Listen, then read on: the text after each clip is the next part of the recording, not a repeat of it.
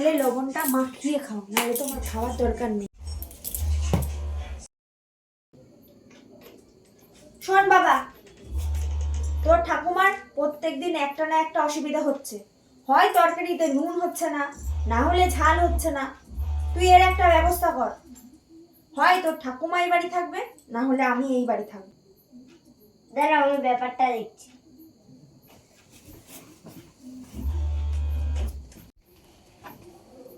ঠাম্মা,